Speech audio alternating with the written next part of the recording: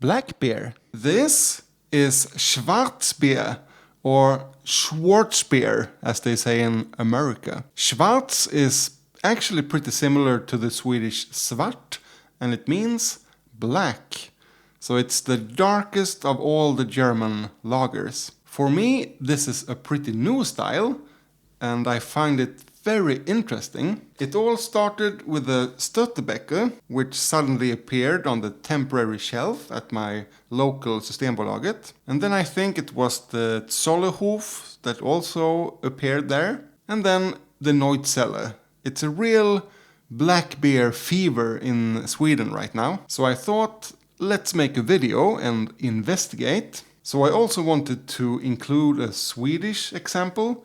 This is from Helsinge brewery. And then when I read a bit more about the style, it seemed like this one, the Köstritzer, is one of the more famous and widely spread, and a textbook example of a Schwarzbier. It's funny, I got almost all the glasses here, and the Köstritzer has the smallest bottle and the biggest glass. So let's start with that. That's also the only of the beers I haven't tasted yet. First sniff, I would have guessed this was a Pilsner. Oh, there are some darker notes as well.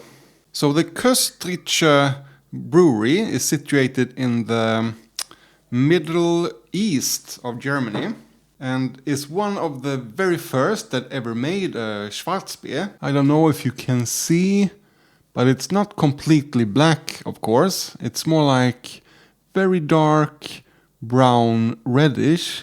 And the first time I tried a Schwarzbier, I was so surprised because you think you will get all these deep, dark flavors, but it's really light, drier than you think, refreshing, with a bit of roasted character as well. Now, I haven't tried this one yet, but I'm guessing it will be the same thing. Let's have a sniff first. Dark, kind of dry bread, if you know what I mean. Compact dark bread with the syrup. It's not quite figs, but more like dates maybe. A little bit of dark chocolate coffee. There's something more.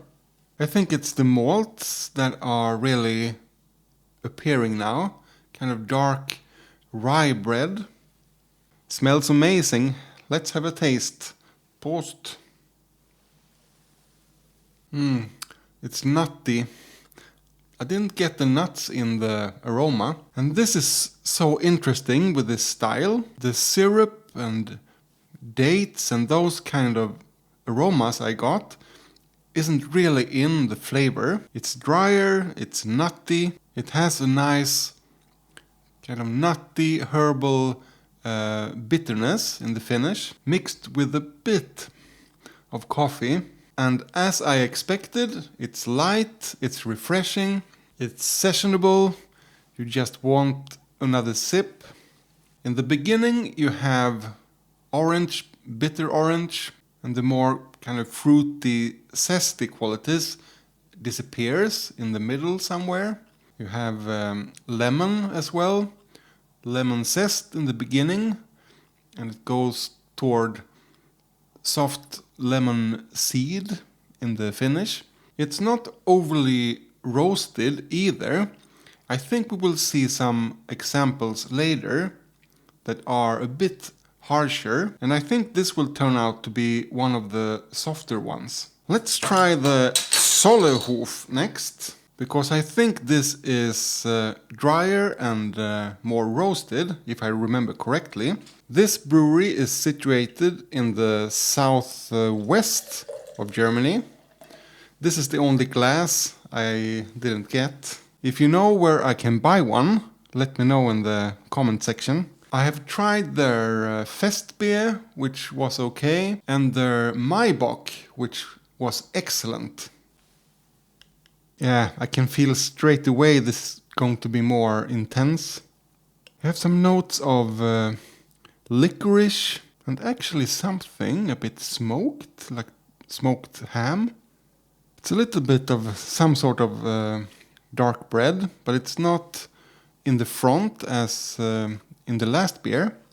Orange, unripe orange. Let's dig in. Prost. Yeah, this is more burnt, more smoked. It wasn't as dry as I remembered it. It feels like the bitter nuttiness comes sooner compared to Köstritzer, and there is not much of the zesty qualities. Well, there is a little bit, but it quickly turns into kind of bitter orange. Lemon.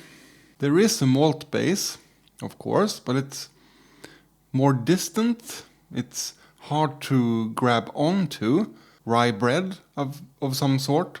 The bitterness is a bit higher, but not by much. It just feels more naked somehow when it's not enclosed in those darker notes. So it's kind of more sour than roasted somehow. Actually going more towards a pilsner with some burnt nuts. There is a little bit of coffee there, I guess, but it's so toned down. I enjoy it more the more I drink it. It kind of grows on you. But yeah, let's continue comparing. Next, Störtebeker. This brewery is situated all the way up north by the Baltic coast. That's why they have the symbol with the ship. I've tried their Hefeweizen as well. It was sweet and super light, if I remember correctly. And I think this one is as well. It actually has a bit of that more intense licorice aroma, like the Zoller-Hof had. But there's also more of the chocolate and coffee. Yeah, it's freshly brewed coffee. Ooh, now I want coffee. Compact dark rye bread again. A little bit of that dates or raisins maybe. Some sort of syrupy bitter orange as well, somewhere in the background. But let's taste it. Prost. Nuts again, but also coffee. Nice herbal finish, medium bitterness. It wasn't as sweet as I thought I remembered. This style shouldn't be sweet at all, but in my mind it was sweet for Schwarzbier. Orange, light syrup, almost milk chocolate at the start, and then dry, more bitter nuttiness. Bit of coffee and dry dark bread. There's lemon as well. I like the herbal finish. It's something I recognize from German pilsners. More zestiness overall as well compared to the Zoller-Hof. There's something in the middle as well that feels like it belongs together with the malt. Like almost a bit of cookie dough or like scones almost, but it disappears. I enjoyed this as well. Sessionable. You don't have to force me to finish it. Neuzeller now. This one is interesting because the brewery is situated in the middle northeast of Germany, kind of east of Berlin. And they also make a beer called Schwarzbier Abt, which I think has lower ABV and also added sugar. So as long as they were a part of East Germany, they could brew the beer, no problem. But then when Germany reunited, of course it's not allowed according to the Reinheitsgebot, the purity law, to add sugar to beer. So I think it was a big lawsuit or something like that, but they settled it and they can continue brewing that beer as well, that beer. But this is the regular Schwarzbier, so don't confuse them. Let's have a sniff if we can. There's something more fruity, almost like jam or marmalade, mixed with a smoky quality, something toasty as well. Like a toast with smoked ham and marmalade. Kind of berries, not just orange, but dark berries, also nuts and a hint of coffee. I'm intrigued. Let's dig in. Prost. Okay, now we are back to kind of what I experienced with the first one, the Köstritzer. Dates, raisins. It's not going all the way to figs, because that puts us more in the Dunkels territory, but it's kind of going in that direction. Then you have the nuts, of course, more bitter nuts in the finish. It's zesty, almost syrupy at the start. A little bit like if you have ever baked bread with a bit of syrup in the recipe. Yeah, it's nice. It's softer somehow. I like that they are this different after all. It's not as much roasted character. A hint of licorice. Not much of the coffee and dark chocolate. A little bit in the finish. But it seems to be two different styles within the style. So we have two beers that are more fruity, syrupy, zesty, and not as roasted, maybe. I need to compare with the first one again, so I'm not misremembering. And then two of them are more dry and roasted. Interesting, but we have still one to go. Last but not least, Helsinge Ångbryggeri. Helsinge Steam Brewery is situated north of Stockholm, and they focus on German beer in a traditional style. And I like that when breweries are focused like that. You will never find a New England IPA in their portfolio. It's too much foam still, but I can get smoked notes, licorice again. I get something almost farmhousey. Sometimes with Swedish breweries, it's, a little bit naughty, but also pretty nice. Smoked salami. Ooh, this glass is heavy. I'm so glad I got this. It was actually the brewmaster who arranged so I could get the glass. So they also make an amazing Pilsner. I have tried their, was it the Rauchbier Märzen, I think, on this channel. So check them out if you have the opportunity. A hint of coffee, but the dominating aroma is kind of smoked licorice. Let's dig in. Skål. That's really nice. It feels so fresh somehow. Now we will compare all the Schwarzbiers side by side, of course. But the first impression was like, oh, finally, fresh ingredients. Or not finally, I didn't, it wasn't something I thought about when I tried the other beers. But when I tried this one, it was, just something else.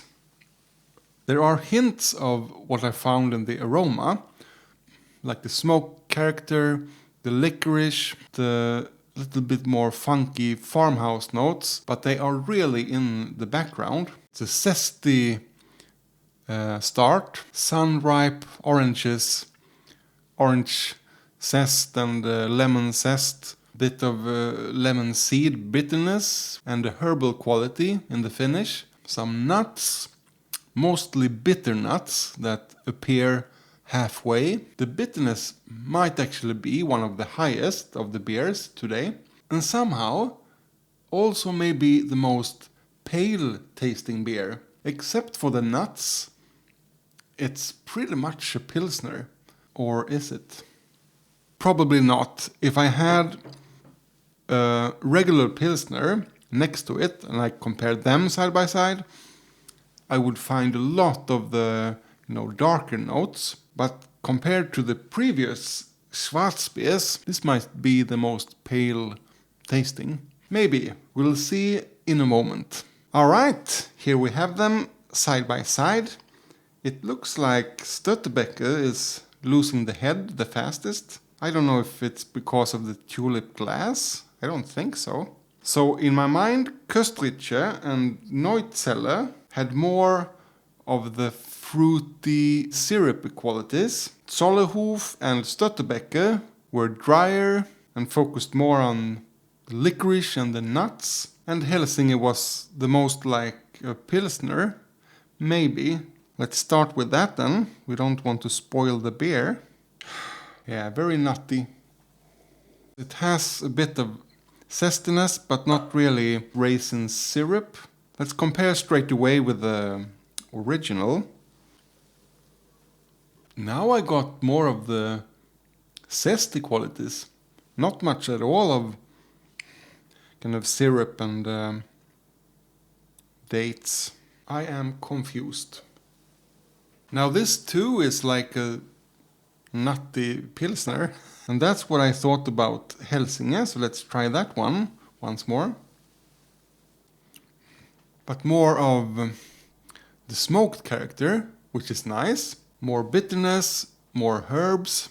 I don't know enough about the style yet to really judge what's supposed to be in the style or not. But I really like the smoked character and the higher bitterness. It could be that I've been drinking the beers now for a while and I kind of look for contrasts. But was it Neuzeller that was softer?